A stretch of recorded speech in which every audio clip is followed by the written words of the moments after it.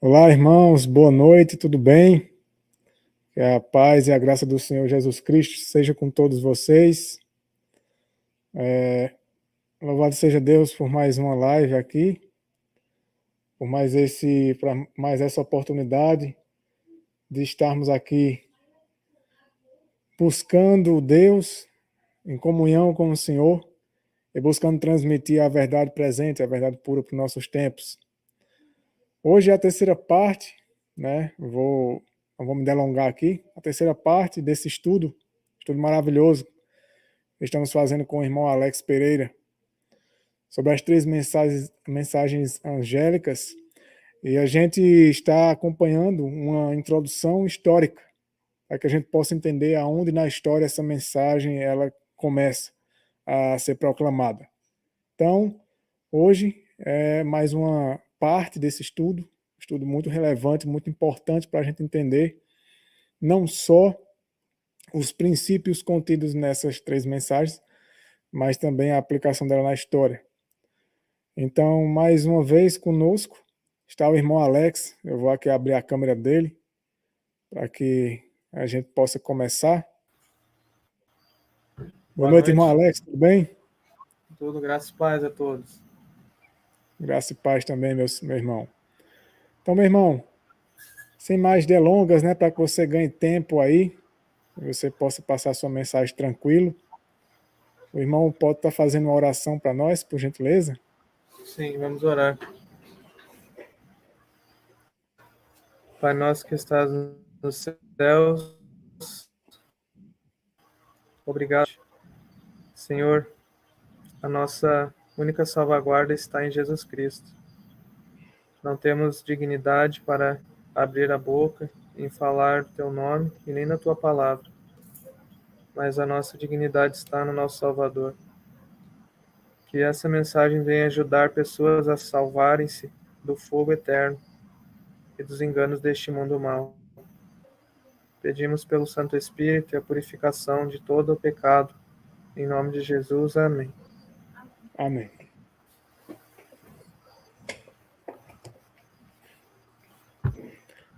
Então, irmão, hoje o irmão conseguiu aí poder transmitir o seu PowerPoint e poder estar passando por aí. Eu vou ocultar aqui minha câmera e aí é com você. Deus abençoe, viu? Amém. Deixa eu colocar o slide aqui. Ah, muito bem, apareceu. Então, novamente, esse título muito importante. Nossa esperança em três mensagens. Eu acho que aqueles que têm acompanhado já sabem onde se encontra. Em Apocalipse 14, 6 a 12. Então, aqui nós vamos ver um resumo, caso alguém chegou aqui na terceira mensagem, né? Terceira palestra que estou passando. Recomendo que veja as outras duas, para que possa conseguir acompanhar, mas mesmo assim, se está assistindo essa online, ao vivo, também será uma bênção. Então, nesse resumo, nós vimos um breve histórico das três mensagens angélicas na história. Vimos como encontrá-la na Bíblia, no livro de Daniel, capítulo 8 e 9. Vimos uma data para iniciar a contagem dos 2.300 anos, que são o início da história das três mensagens, que foi o ano 457 a.C. O fim desta data levou todos a entenderem que Jesus voltaria, porque está escrito que até 2.300 dias, então o santuário será purificado. Ou seja, todos entenderam que o santuário era a terra. Aqui ficou um pouco cortado o slide, mas eu consigo me lembrar do que está escrito. Todos entenderam que o santuário era a terra e a purificação seria por meio da vinda de Cristo. E isso foi um erro permitido por Deus para provar o coração das pessoas, porque agora exatamente nessa última geração de todos que estão de pé. Não haverá mais esse engano, não haverá mais esse erro, na verdade, de interpretação. Não haverá mais esse erro de interpretação. Jesus voltará e provará o coração daqueles que vão o aceitar de verdade ou somente por medo, como nós vamos ver nessa data do cumprimento, onde eles esperavam a volta de Jesus e ele não veio. Muitas pessoas largaram tudo, entre aspas, com medo da volta de Jesus. Se converteram com medo de tudo que estavam fazendo. Então Deus provou essas pessoas para nosso ensino. Ele vai fazer novamente isso. Seremos provados qual é o motivo que nós estamos esperando a volta de Jesus. Vimos no estudo passado como foi a proclamação dessa mensagem no tempo determinado por Deus. Vimos que estas são as 3 últimas advertências de Deus para a humanidade. O final da proclamação destas mensagens trará a volta de Jesus. Elas precisam ser anunciadas porque Jesus disse: este evangelho do reino será pregado em todo o mundo, como testemunho para todas as nações, e então virá o fim. Vejam como a Bíblia é centrada. Ela tem uma mensagem e ela explica a si mesma. Muitos e muitos e muitos protestantes religiosos usam esse texto de Mateus 24 e nem sabem do que estão falando. O Evangelho eterno são as 3 mensagens angélicas. As 3 mensagens angélicas são a nossa única esperança, pois elas nos alertam a temer a Deus, a dar glórias a Deus, porque o juízo de Deus já começou, como nós vimos em 1844. O juízo de Deus significa que hoje, nesse momento, Jesus está diante do Pai, intercedendo por todos aqueles que professam ser seus seguidores. Intercedendo de que maneira? Pedindo perdão por nossos pecados. Jesus está cobrindo os nossos pecados. Cada vez que você ora à noite, de manhã, naquela oração particular que você para orar, Jesus está lá transmitindo ao Pai essa oração. Então, hoje, eles estão lá no céu fazendo um juízo. Eles estão vendo os livros da vida e da morte de cada ser vivente. Nós não sabemos ainda quando passará para o juízo dos vivos. Isso significa que haverão pessoas vivas na terra e o livro dela estará aberto naquele dia. E se naquele dia ela tem pecados e uma vida manchada, um caráter mau, o livro será fechado, será selado, será pesado nas balanças de Deus e achado em falta. Por isso que juízo, desde 1844, é um tempo muito solene. Nós precisamos viver em oração, ou seja, mesmo estando trabalhando, mesmo estando de olho aberto, mesmo estando de pé, temos que estar falando com Deus e dependendo de Deus, porque o resumo das 3 mensagens angélicas é: aqui está a paciência dos santos, aqui estão aqueles que guardam os mandamentos de Deus e têm a fé de Jesus. É isso que diz a versão fiel da Bíblia. Tem a fé de Jesus. Precisamos ter a fé de Jesus. Jesus, tudo que ele fez foi por meio do Pai. Tudo ele orava. Ele mesmo disse: eu por mim mesmo não posso fazer nada. Então, essa mesma dependência do Pai devemos ter de Jesus. Novamente, eu dei ênfase aqui para todos, principalmente aqueles que não viram os outros vídeos, porque é tão importante essas mensagens. Então, hoje, o foco nosso vai ser o resultado, então, do anúncio da mensagem do ano de 1840 até 1844. Na semana passada, nós vimos que foi uma grande proclamação em vários lugares do mundo, de diversas maneiras. Mas qual foi o resultado dessa proclamação? Agora será analisado o efeito que surtiu o anunciamento. Como visto dessas mensagens, o foco será a nação dos Estados Unidos. Serão citadas testemunhas oculares. Para isso, vamos dar ênfase em um dos principais pregadores. Seu nome é Guilherme Miller.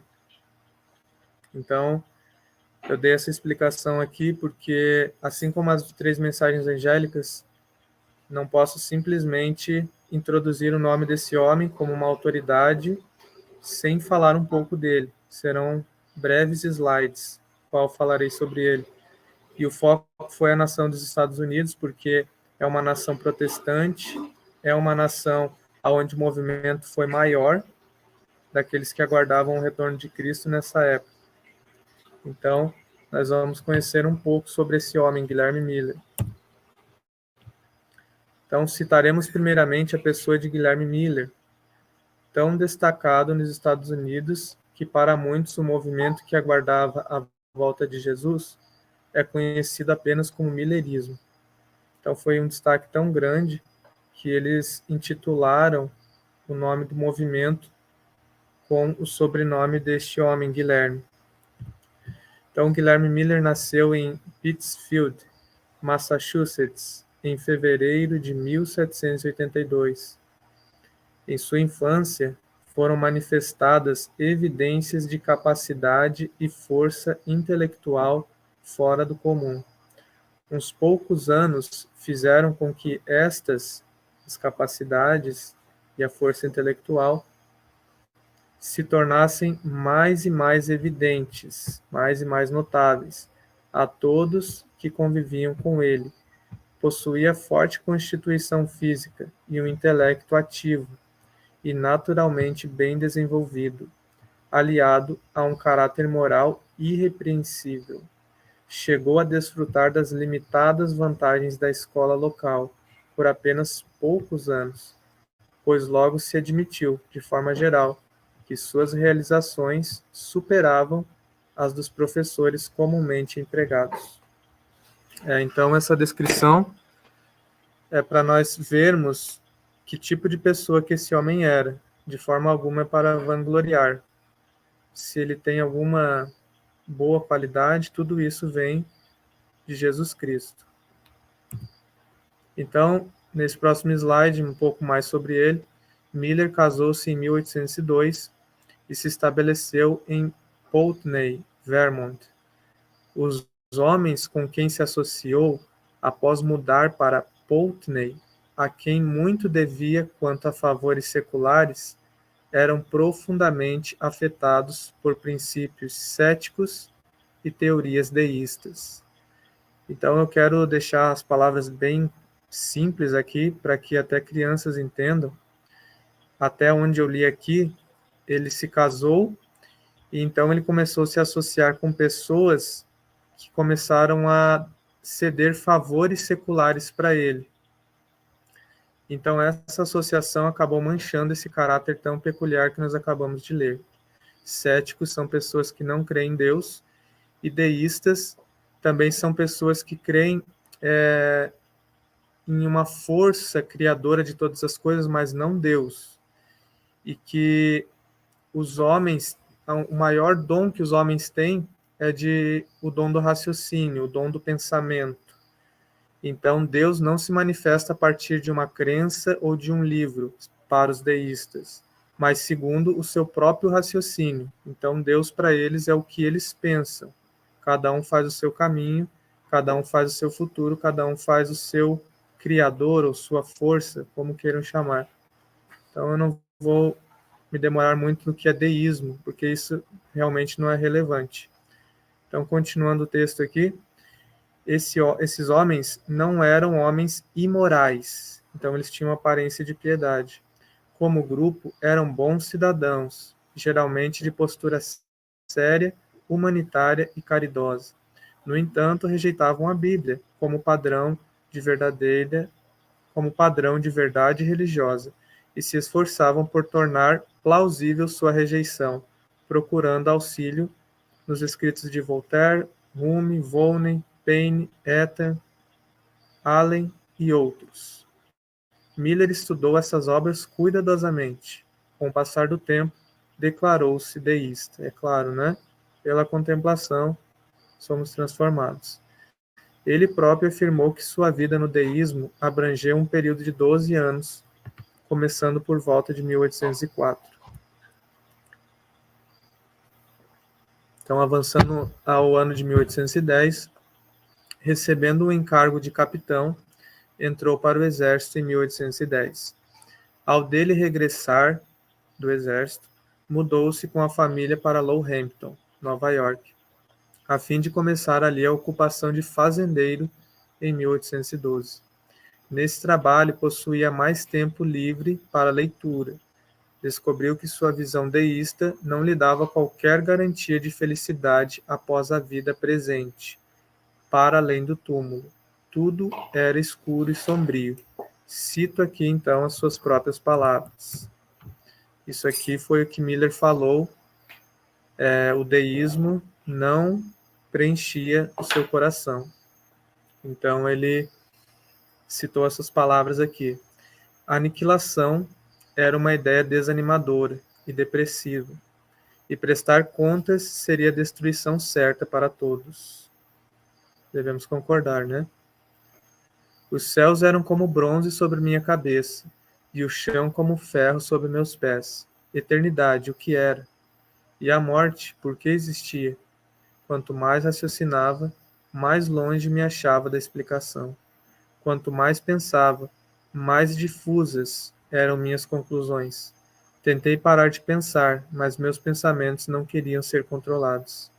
Era verdadeiramente um miserável, porém não entendi o porquê. Pouco depois, de forma repentina, o caráter do Salvador foi vividamente gravado em minha mente. E aqui a impressão que ele teve, então, para permitir que esse Salvador entrasse na sua vida, depois de ser um deísta.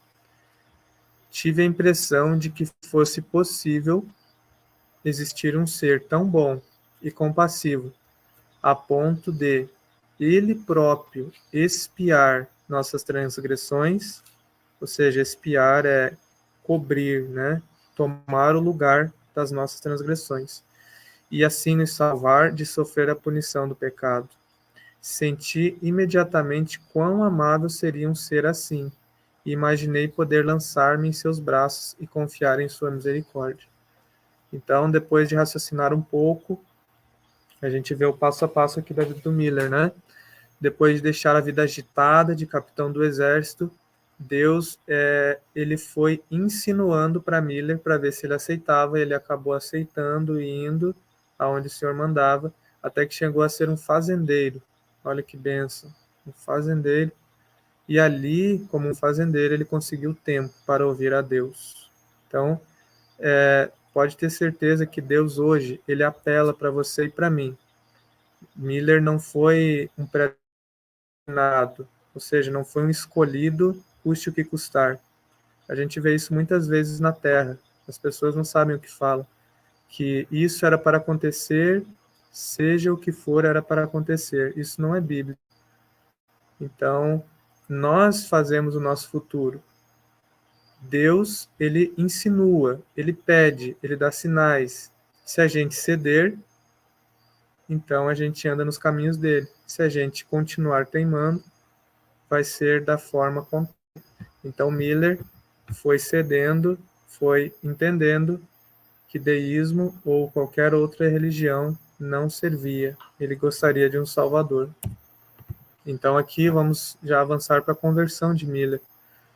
Ele disse ainda: vi que a Bíblia revelava exatamente um Salvador como eu precisava, e fiquei perplexo em ver como um livro não inspirado, segundo o que ele disse, poderia desenvolver princípios tão perfeitamente adaptados às necessidades de um mundo caído. Fui constrangido a admitir que as Escrituras eram necessariamente a revelação de Deus. Tornaram-se o meu prazer, e em Jesus encontrei um amigo. Espero que essa seja a sua experiência e a minha também, como ele teve. Então, agora, a Bíblia se tornou meu principal estudo. e sinceramente posso afirmar, estudei-a com grande prazer. Descobrir que metade nunca me foi contada.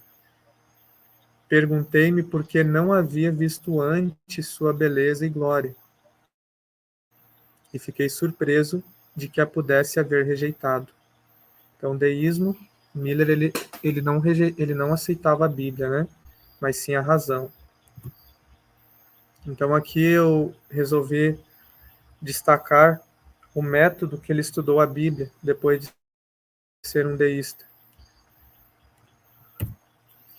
Vamos ver aqui, porque isso aqui é um ensino para todos nós, para todos que quiserem estudar a Bíblia a partir de hoje. Essa daqui é uma boa dica. Decidi deixar de lado todas as minhas ideias pré-concebidas. Comparar cuidadosamente passagem com passagem e avançar no estudo de maneira regular e metódica. Sempre que encontrava qualquer parte obscura, era minha prática compará-la com todas as passagens paralelas. E com a ajuda de Cruden, isso é uma concordância bíblica, não é uma doutrinação ou alguém que ele consultou, é somente uma concordância antiga que você tem amplo acesso à pesquisa, por exemplo, o que a palavra significava no original, quantas vezes essa palavra tem na Bíblia, qual a relação com o assunto que você está estudando. É só uma concordância, não é uma Bíblia de estudos. Eu até alerto para essas Bíblias de estudos, elas são extremamente perigosas e malignas. São pensamentos de homens sem inspiração de Deus. Nós buscamos pensamentos de homens com inspiração de Deus. Não há problemas em pensamentos de homens, até porque quem escreveu a Bíblia foram homens, tirando os 10 mandamentos, que foi o dedo de Deus. Porém, tomar cuidado com essas Bíblias de estudos, viu?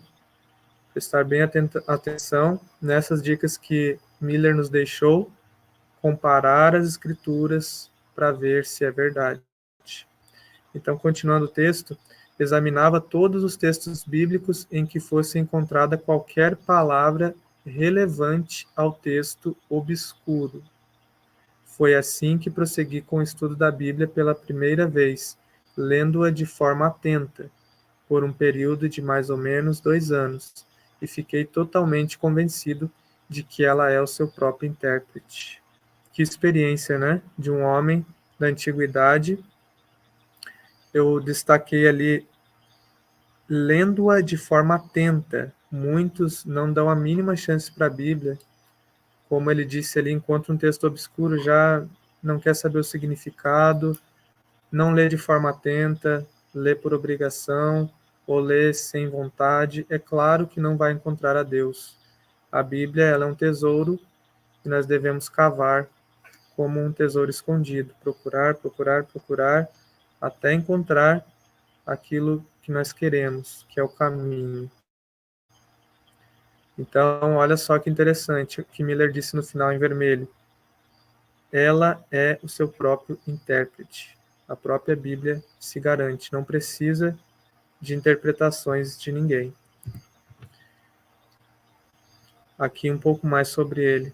Enquanto estudava assim, convenci-me de que, se as profecias que se cumpriram no passado fornecem algum critério pelo qual se possa julgar a maneira de cumprir-se das que ainda estão no futuro, a crença popular num reino espiritual de Cristo, um milênio temporal antes do fim do mundo, e o regresso dos judeus não é apoiada pela palavra de Deus. Percebi que era claro o ensino nas Escrituras, de que Jesus Cristo vai novamente descer a este mundo, vindo nas nuvens do céu em toda a glória de seu Pai. Então, Miller estava aqui ensinando alguns dos erros da época. E aqui eu já dou uma ênfase para a segunda mensagem angélica, caiu Babilônia. Babilônia significa confusão. Então, podem perceber que essas igrejas da época estavam em total confusão. falando de coisas que não tinha na Bíblia, mandamentos de homens, e Miller, com toda sinceridade e busca de Deus, percebeu que nada disso estava na Bíblia, nada disso era relevante. Então, isso é um pouco triste, porque hoje as pessoas continuam com o mesmo pensamento aqui citado. Por exemplo, milênio temporal. Isso não é bíblico. Jesus não vai vir para ser um governante aqui nessa terra, para reinar neste mundo aqui de pecado. Jesus voltará, esta terra será desolada, o milênio será no céu, aonde veremos como que foi o grande conflito, poderemos ter acesso a coisas inéditas, aos livros de Deus, o porquê das coisas vai ser explicado. E depois, então, de 1000 anos, o Senhor descerá para esta terra e os ímpios ressuscitarão juntamente com o seu chefe, que é Satanás, e serão destruídos pelo fogo. E esse mesmo fogo que destruirá os ímpios e Satanás purificará a terra. E aí sim, então, Jesus morará aqui. Veja bem que honra. E veja bem que descaso dizer que Jesus será um governante nessa terra que toda poluída e toda estragada. É só você sair da sua casa e observar que lugar degradado que nós vivemos.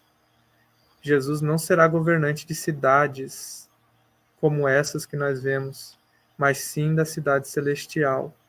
Então vá para a sua Bíblia, tire as ideias preconcebidas, tire aquilo que você escutou do pastor, do seu pai, do seu avô, aquilo que você mesmo acha da Bíblia.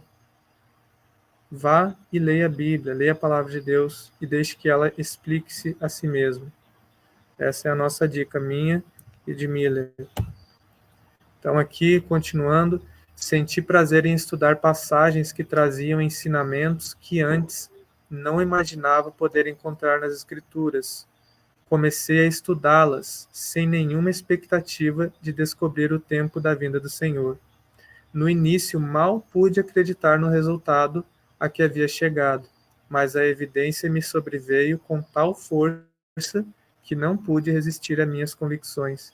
Fiquei quase estabelecido em minhas conclusões e comecei a aguardar, vigiar e orar pela vinda do Senhor. Explicando isso aqui que ele falou, ele não estudou a Bíblia com o intuito de descobrir quando Jesus voltaria. Ele não foi com esse coração. Ele começou a estudar a Bíblia de forma desinteressada. Porém, quando ele estudou Daniel e estudou Esdras e percebeu que a ordem para edificar Jerusalém no ano 457 era o início das 2.300 tardes e manhãs, ele ficou assustado, porque ele conseguiu então calcular o tempo, que era 1843 no calendário judaico e 1844 no nosso calendário. O ano de 43 e 44 é citado porque o calendário judaico tem um ano de diferença do nosso. Essa é a explicação. Então ele mal pôde acreditar quando ele chegou nessa conclusão. Pense um pouco se você tivesse estudado a Bíblia e descobrisse hoje o dia certo que Jesus voltaria, como você ficaria.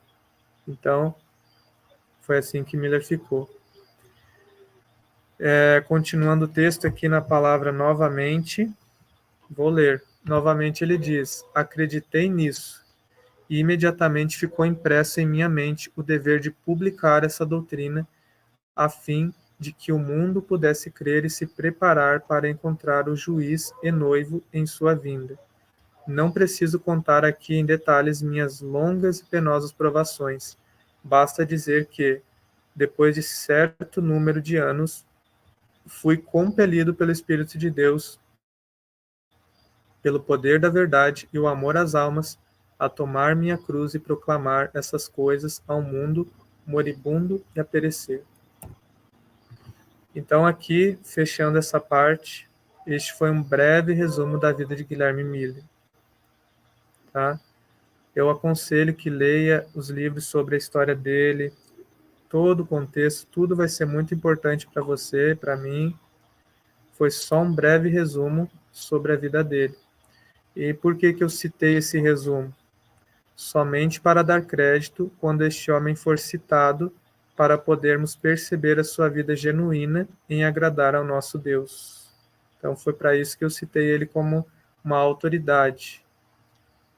Vamos ver agora um relato de uma testemunha deste movimento dos que aguardavam a volta de Jesus para o ano de 1844. Então vamos ver o que aconteceu quando Miller começou a pregar, deixou a sua fazenda para pregar. Aqui eu vou dar um exemplo de uma jovem metodista. Ela temia o Senhor e em busca de uma vida inteiramente em conformidade com Deus. Então, esse aqui também é um histórico sobre ela. É uma pessoa relevante para nós. Acabou se deparando com essas reuniões feitas pelo Sr. Miller. Vamos perceber o efeito dessas reuniões em sua vida e nos demais. Então aqui ela começa a falar. Em março de 1840, Guilherme Miller visitou Portland, Maine, e fez uma série de pregações sobre a segunda vinda de Cristo, que produzia sensação. Veja bem. A igreja cristã da Rua Casco, onde foram realizadas, esteve repleta dia e noite.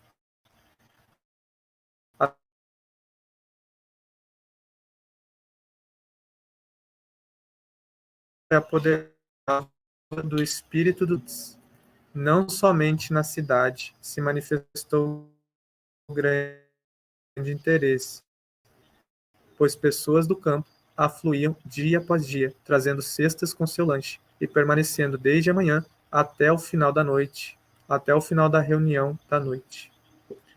Então aqui foi um relato dessa testemunha ocular.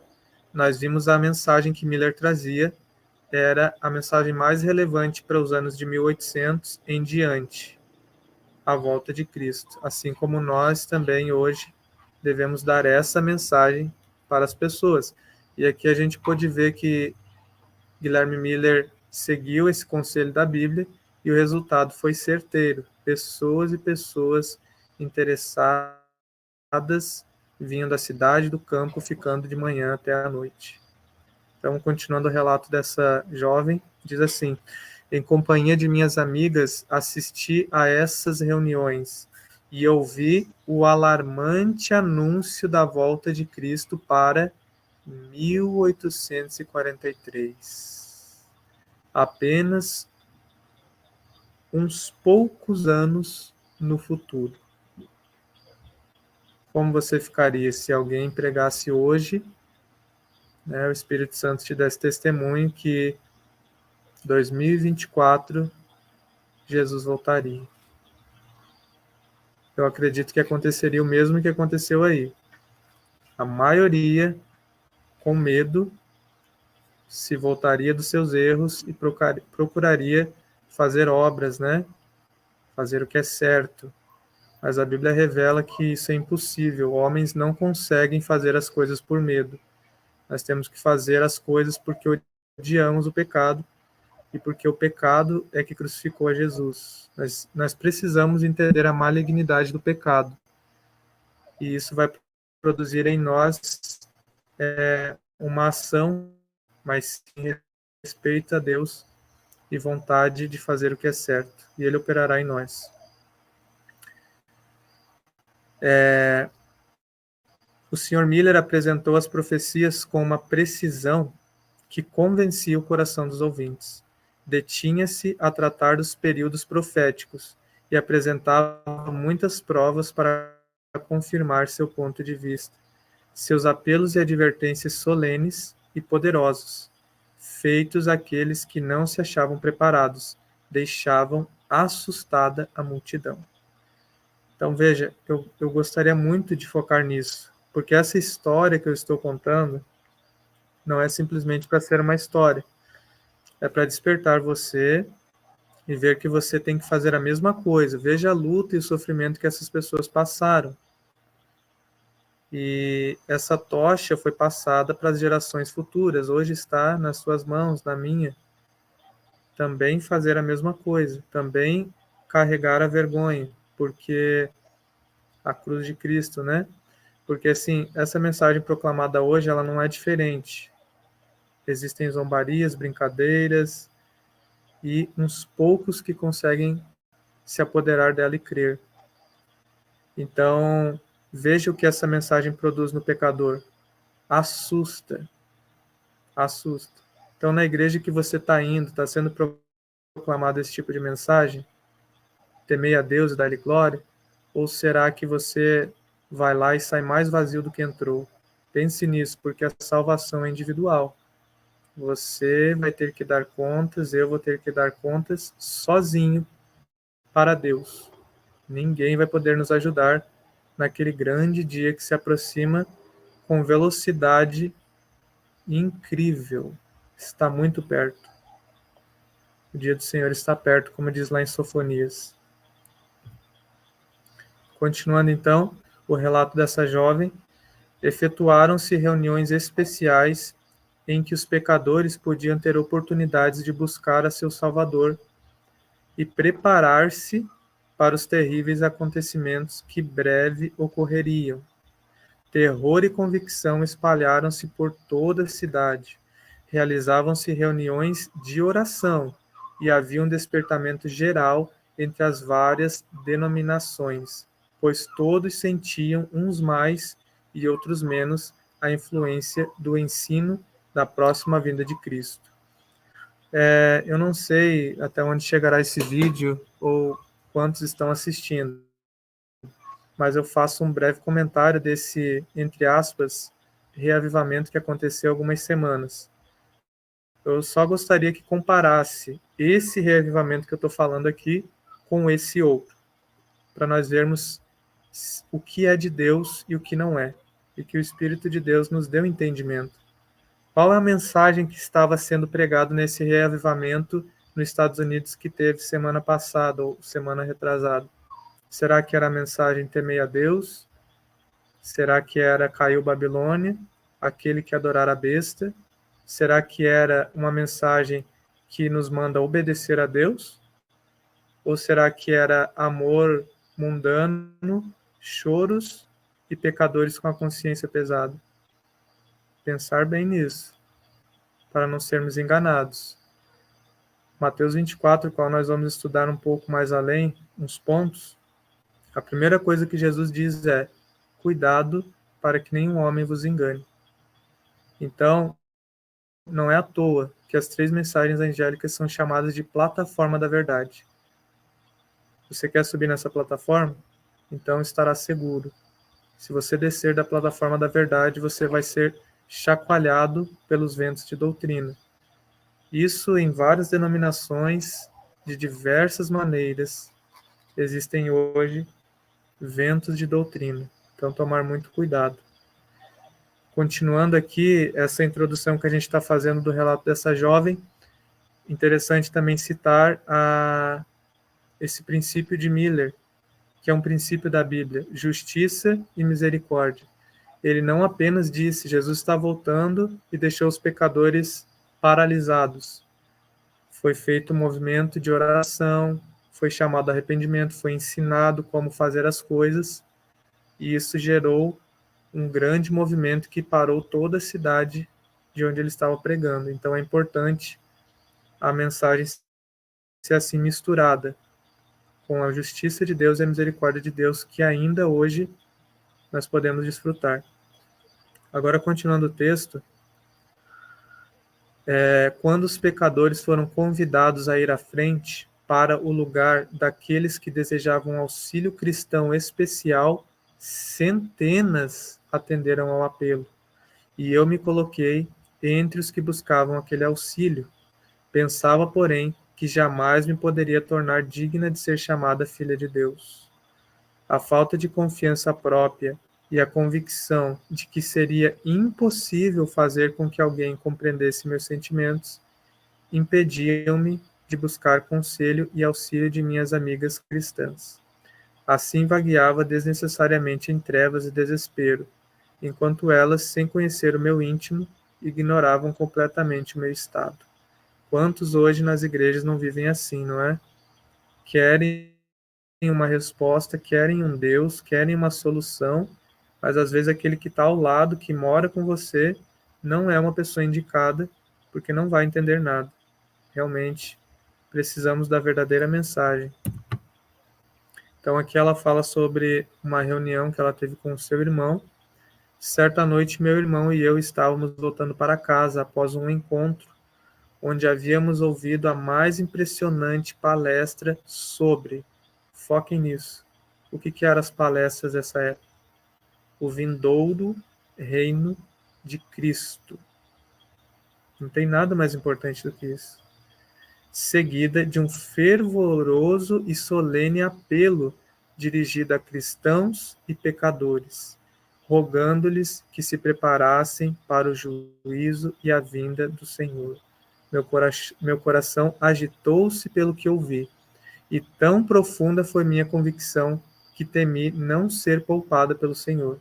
Essas palavras ressoavam-me aos ouvidos. O grande dia do Senhor está perto. Sofonias 1,14. Quem subsistirá quando ele aparecer? Malaquias 3,2. A linguagem do meu coração era: poupa-me, ó Senhor, através da noite. Não me leves em meus pecados. Tem piedade de mim, salva-me. Pela primeira vez tentei explicar meus sentimentos a meu irmão Roberto, que era 2 anos mais velho do que eu. Disse-lhe que não me atrevia a repousar ou dormir até que soubesse que Deus havia perdoado meus pecados.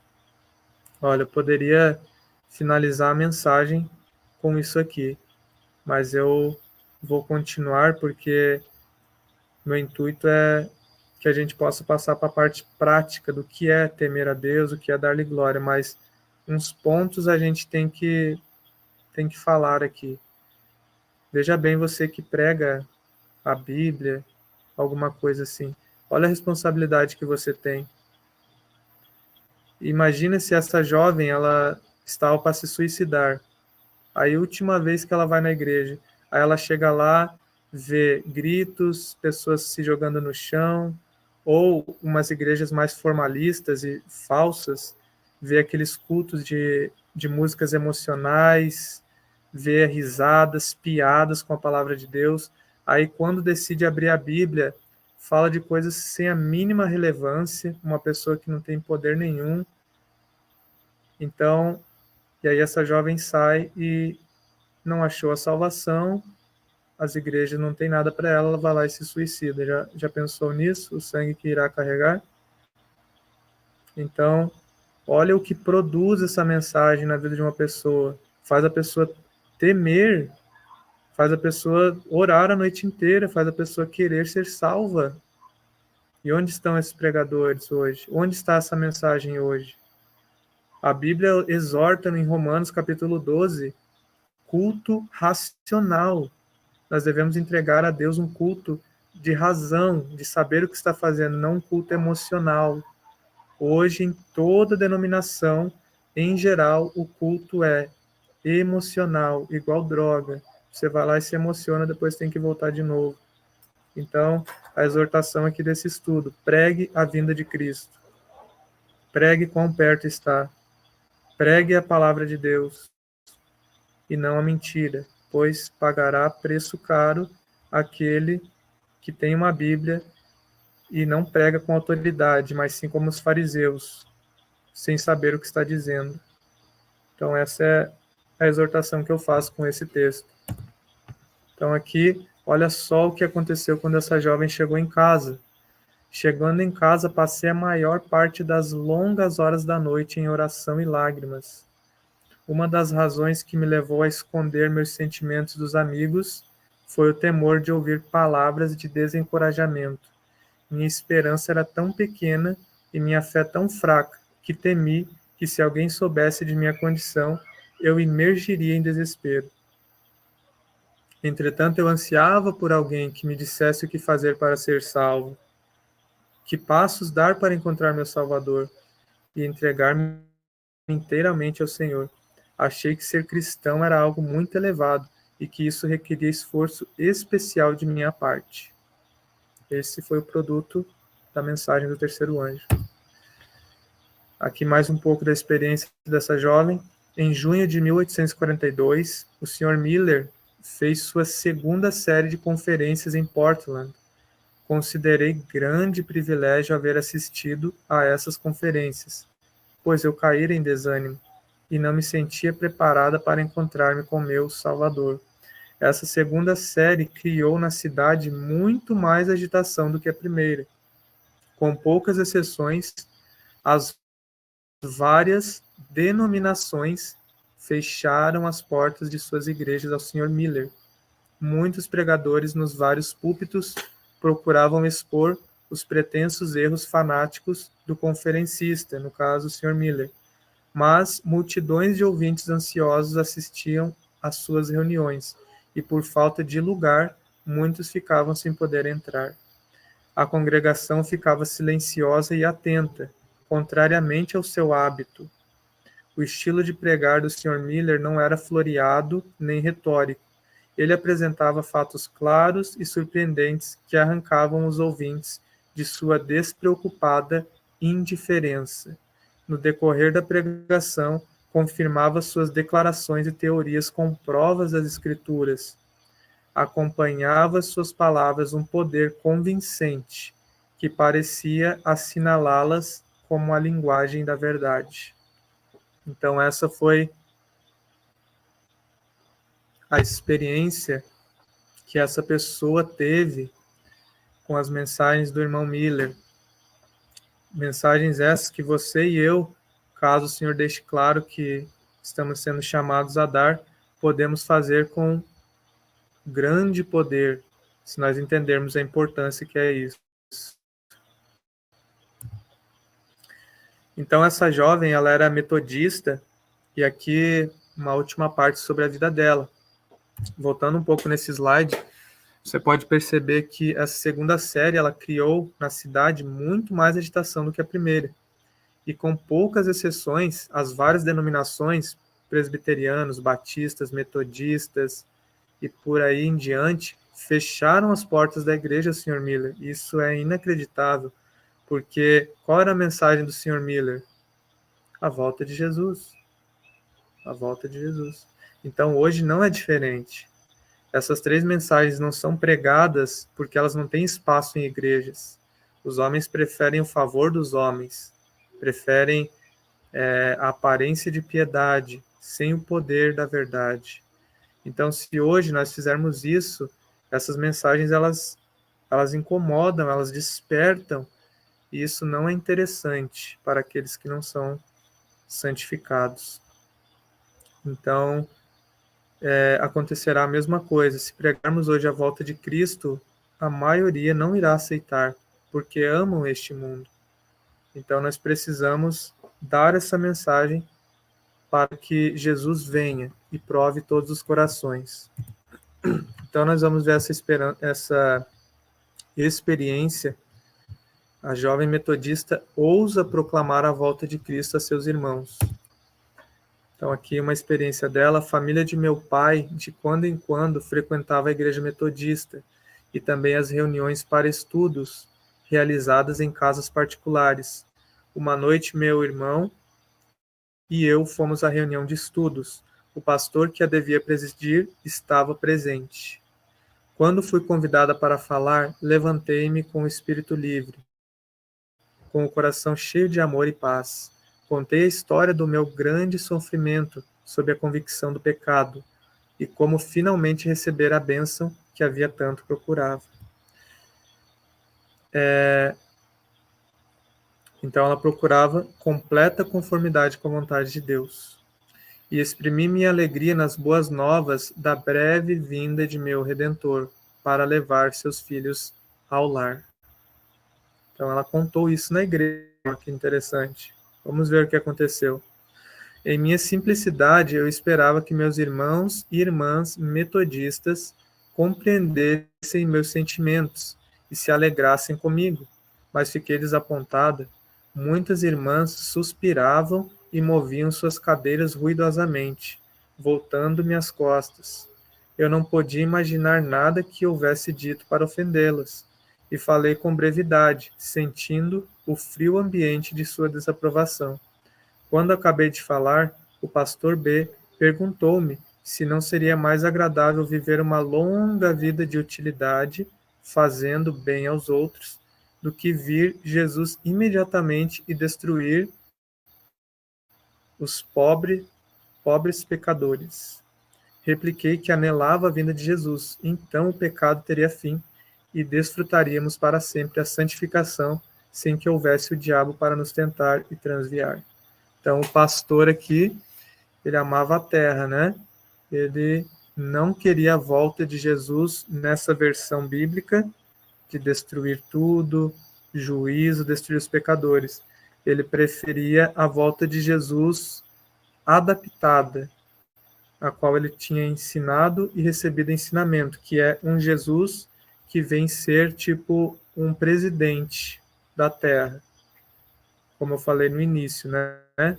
Um milênio temporal. Todo mundo vai se converter no final, Jesus vai voltar, vai ficar tudo bem, né? Temos aí hoje mudanças climáticas, preservação da natureza, porque tem que preservar essa terra para que esse Messias venha para essa terra.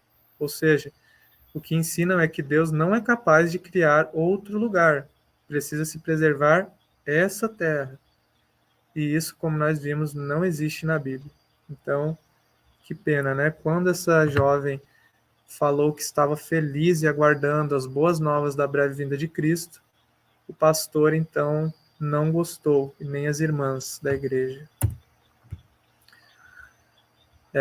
Então, aqui, não muito tempo depois disso, de novo assistimos à reunião de estudos. Queríamos uma oportunidade para falar do precioso amor de Deus que nos animava o coração. Eu, especialmente, desejava falar da bondade e misericórdia do Senhor para comigo. Realizara-se em mim uma tão grande mudança que parecia ser meu dever aproveitar toda a oportunidade para testificar do amor de meu Salvador.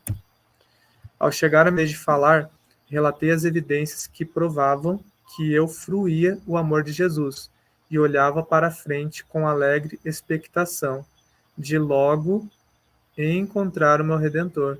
A crença de que a vinda de Cristo estava próxima me havia estimulado a mente a buscar mais fervorosamente a santificação do Espírito de Deus.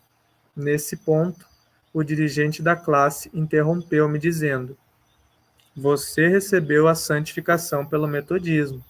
Pelo metodismo, irmã, não por uma teoria errônea. Fui compelida a confessar a verdade de que não era pelo metodismo que meu coração havia recebido nova bênção, mas pelas verdades estimuladoras relativas ao aparecimento pessoal de Jesus. Por meio delas, eu encontrar a paz, alegria e perfeito amor. Assim terminou meu testemunho, o último que eu daria na reunião de estudos com meus irmãos metodistas. Então aqui, olha só, né? A jovem e o seu irmão iam direto nessas reuniões querendo expressar a felicidade e a esperança que eles tinham na volta de Jesus. E também nós vimos o que produziu nesses dois jovens: zelo, temor, busca por Deus. O que foi? Não foi shows, não foi risadas, não foi o que essas igrejas de hoje tentam fazer para segurar jovens, mas foi simplesmente a pregação da palavra. A palavra foi pregada, então Deus trabalhou no coração desses dois jovens. Então, novamente, eu exorto aqueles que têm a responsabilidade de transmitir a mensagem: qual pastor nós preferimos ser? Esse que atrapalhou a fala dela ou o irmão Miller? Olha que frutos que esse homem teve, que só vamos saber na eternidade. Então, isso é para o nosso pensamento. Então, aqui terminamos essa parte. Falamos de Guilherme Miller, falamos de uma experiência dessa jovem com seu irmão, e nesses breves momentos que faltam para terminar, nós vamos chegar, então, até o ano de 1844. Nós sabemos que não houve a volta de Jesus. Afinal, nós estamos aqui, né? Mas então, vamos ver essas perguntas aqui. O que aconteceu quando chegou o tempo em que se devia cumprir o que se esperava acontecer nesse tempo? A volta de Jesus? Sabemos que isso não aconteceu, afinal estamos aqui. Mas será que isso destrói as verdades desse movimento? Será que os pregadores eram falsos? É isso que nós vamos ver agora. Será então que todo esse movimento de esperar a volta de Jesus porque ele não veio era uma farsa? Vamos ver. Os que anunciavam a mensagem ensinavam que, vamos de novo para a revisão, os 2.300 dias de Daniel 8:14 terminariam no ano judaico de 1843, nosso ano de 1844. Proclamavam que a hora do juízo divino viria ao fim desse período. Naquela época, todas as denominações do país acreditavam que o dia do juízo teria início por ocasião da segunda vinda de nosso Senhor.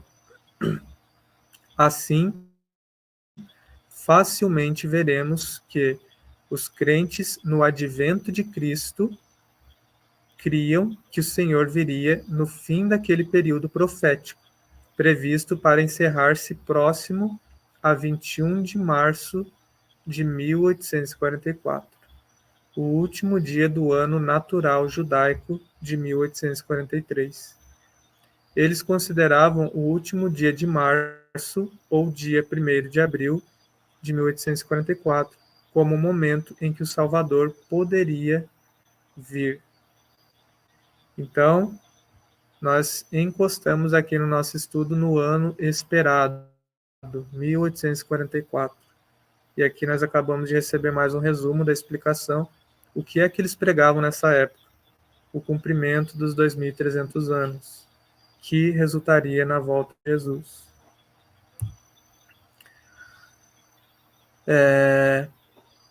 Deixa eu ver aqui. Sim. Os que esperavam o Senhor em 1843 e 1844 ficaram desapontados. Para muitos, esse fato é razão suficiente para rejeitar todas as evidências da questão.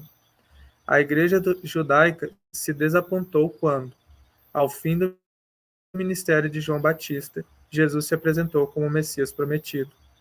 Todos devem lembrar desse desapontamento. Os discípulos que haviam crido foram mais tristemente desapontados quando aquele em quem esperavam para a libertação de Israel foi preso e assassinado por mãos ímpias. E após sua ressurreição, quando os discípulos esperavam que ele restaurasse o reino a Israel, não puderam evitar o desapontamento ao perceberem que ele voltaria para o Pai e que seriam deixados a enfrentar tribulações e angústias por um longo tempo. Mas o desapontamento não é evidência de que a mão de Deus não estivesse guiando seu povo. O desapontamento devia levá-los a corrigir seus erros e não a abandonar sua confiança em Deus.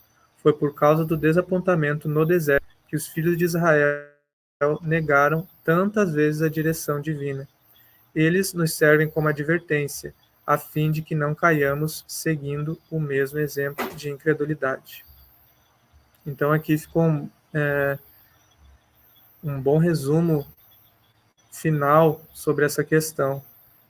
Nós já entendemos que Jesus não voltou nessa época, porém, nessa época e dali para frente, até hoje, é dito que esse movimento de pessoas de várias igrejas que resolveram esperar a volta de Jesus, como diz a Bíblia, foi condenado totalmente, que os 2.300 anos estavam errados, as contagens de Daniel estavam erradas, porém não funciona dessa maneira. A única coisa que eles erraram foi o evento. A purificação da terra não era a volta de Jesus. A purificação do santuário, não era a volta de Jesus. O santuário eles consideravam a terra e a purificação a volta de Jesus. Santuário, quando a Bíblia diz santuário, é santuário mesmo. Santuário literal. A Bíblia revela que há um santuário no céu. Por isso está acontecendo esse serviço que eu falei no início da mensagem. Hoje, já se perguntou o que Jesus está fazendo? Foi o que eu disse. Ele está no céu, como diz a Bíblia, no santuário, no Santíssimo, diante da arca. A arca tinha ali a presença de Deus. E hoje a arca lá no céu está na frente do trono de Deus.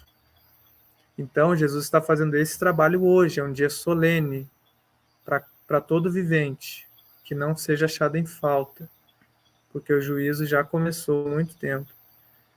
Então, é aqui uma prova final de que o movimento foi verdadeiro. Deus permitiu o erro do evento para testar os corações. Mas eles não vão ficar, essas pessoas, como navios naufragados ou batendo em pedras. A Bíblia continuará sendo o amparo, vai ter explicação para esse tempo de desapontamento, para o tempo de demora. A gente vai ver mais à frente que eles erraram a contagem, vão tentar trazer outra data para a volta de Jesus, que vai ser 22 de outubro de 1844, e aí sim vão se desapontar cruelmente. Tinha já 50 mil pessoas esperando o advento de Cristo, de um dia para o outro ficou 50, 49 mil e tantos abandonaram a fé porque não eram genuínos. Então, eu acredito que foi um bom resumo. Teriam mais slides, mas a gente espera um tempo mais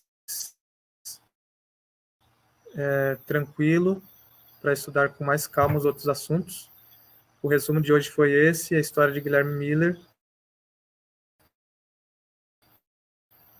o principal propagador da mensagem do Advento. Também trouxe ali uma experiência de uma jovem, o que gerou no coração dela. Então, todas essas lições que a gente meditou são práticas. Tudo que foi dito são práticas, são lições para nós, para que a gente não venha errar como eles erraram, como disse aqui o texto. Eles nos servem como advertência, a fim de que não caiamos seguindo o mesmo exemplo de incredulidade, no caso aqui de Israel, né? Então, que Deus venha nos ajudar, venha nos abençoar a crer nas 3 mensagens angélicas, a proclamar as 3 mensagens angélicas, se é que nós queremos de verdade que Jesus volte. Porque agora todos nós aqui sabemos que ao pregar essas mensagens, estamos apressando a volta de Jesus, como diz o livro de Pedro, apressando e aguardando a volta de Jesus. Então, que a graça de Deus e a paz aplicados na vida de cada um, e essa é a minha oração.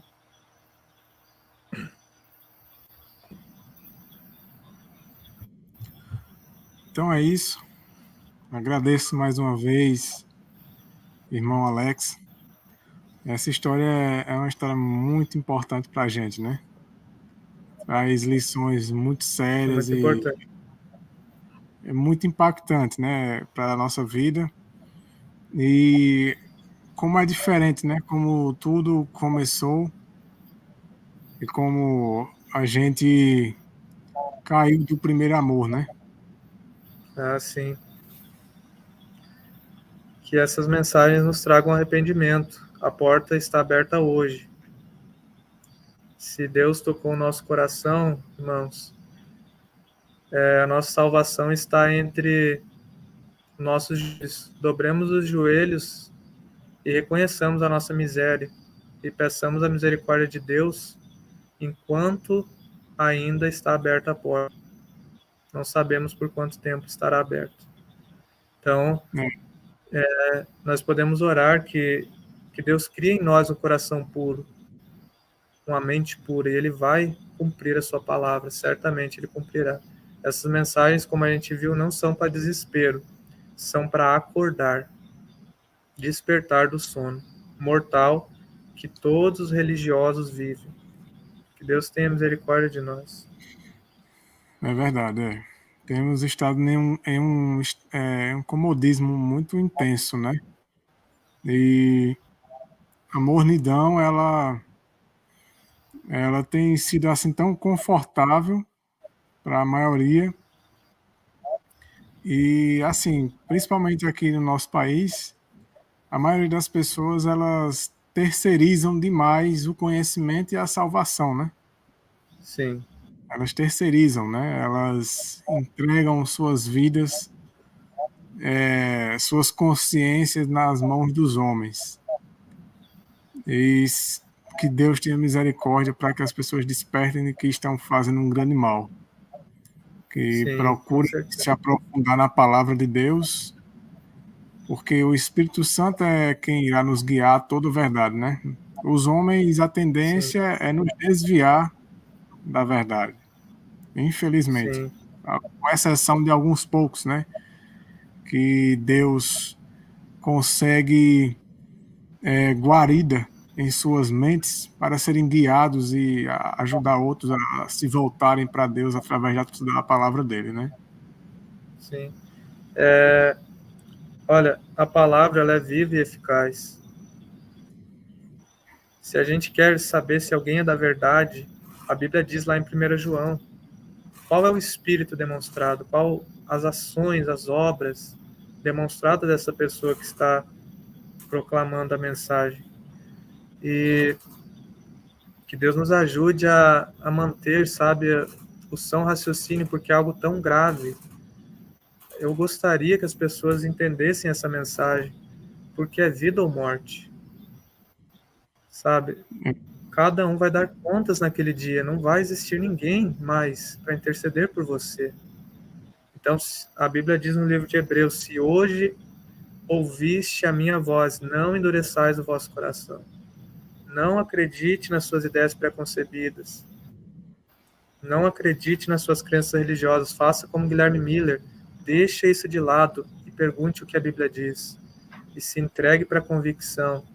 Assim como ele também fez, Deus foi tirando ele do trabalho no exército, da agitação, dos amigos incrédulos, foi levando ele para o campo. Ouça a voz de Deus e vá cedendo, cedendo, até que você consiga ver Deus face a face. Pare de resistir. Nós devemos parar de resistir a Deus, porque nenhum homem é indesculpável. Pode ser qualquer um que esteja ouvindo. Nenhum homem vai poder dizer para Deus: o Senhor nunca tentou me convencer do mal. O Senhor nunca tentou me ajudar. Isso não é verdade. Deus é fiel a todos os homens. Ele enviou o seu filho. Pense nisso. Deu o seu filho para morrer por ímpios, malignos homens e mulheres. Não tem amor maior do que esse. Não dá para entender. Então, que a gente não jogue fora esse sacrifício infinito que ele fez. É, é como diz a palavra, né? Se tentando ser justificados, nós permanecemos no pecado, por acaso o Senhor Jesus Cristo é ministro do pecado? Não. Né? Se voltamos a construir aquilo que foi destruído, somos achados como pecadores, né? Isso é Paulo quem fala. Sim. E infelizmente, temos voltado a construir aquilo que foi destruído, né? Que eram as obras de Satanás. Temos voltado ao vômito, né? Temos voltado à lama. Sim. Que Deus nos ajude, que Deus abra nossos olhos. E a mensagem do advento, assim como diz, se não me engano, é em 1 Coríntios 11, que diz que a história do passado do povo judeu ali na época de Moisés, ela serve de exemplo para nós, Uhum. para que a gente não cometa os mesmos erros que eles. E você lê um texto parecido aí, Sim. e que essas mensagens, essas histórias, elas sirvam de alerta para nossa consciência, porque muito breve muitos se arrependerão por não ter dado ouvido a essas coisas, não terem permitido que essas coisas despertassem suas consciências. É verdade. Então, meu amigo, muito obrigado. Agradecemos mais uma vez aqui por sua participação. Deus seja Agradecemos louvado. por essa mensagem, a mensagem que é assim maravilhosa. Ela é uma mensagem muito importante para a gente. E a gente continua então, né? Se Deus permitir, se for da vontade do Senhor Jesus Cristo, e de acordo com a sua disposição, meu irmão, a gente pode já estar marcando para a próxima quarta-feira, então? Com certeza. Se Deus quiser, estaremos aí. Amém. Então, louvado seja Deus. Vamos fazer uma oração agora para que a gente possa encerrar. Amém. Vou estar orando aqui.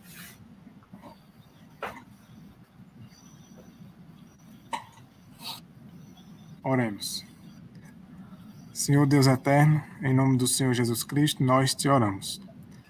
Na misericórdia e graça do Senhor Jesus Cristo, rogamos ao Senhor, meu Deus, que essas histórias, esses relatos, nos ajudem a despertar, permitir que o teu Santo Espírito desperte nossa consciência, nos tire dessa mornidão, dessa morte espiritual e moral em que nos encontramos.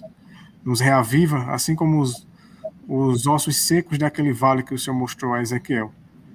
Nos reaviva, só o Senhor pode nos dar vida, uma vida nova, um novo coração, uma nova mente, a mente de Cristo e a fé do Senhor Jesus Cristo, para que essa mensagem dos 3 anjos possam fazer sentido e possam ter poder em nossas vidas e possamos estar totalmente preparados pelo Senhor, pela nossa decisão também de cooperar e consentir com a tua obra e poder então proclamar essa mensagem tão poderosa e tão necessária para os últimos dias, que ela volte a ter poder para que cumpra o seu propósito nesses últimos dias. Obrigado, Senhor, que o Senhor abençoe ao Alex e a família dele, abençoe a cada um dos que assistiram e dos que irão assistir, que os anjos do Senhor nos guardem, que o Santo Espírito nos fortaleça e nos reavive espiritualmente cada vez mais, que o Senhor possa cuidar do meu lar também, da minha família, e que o Senhor repreenda o inimigo e os anjos maus para longe de tudo isso. Nós te oramos que sejam todas essas coisas para a honra e glória do Senhor. Oramos em nome do Senhor Jesus Cristo. Amém. Amém.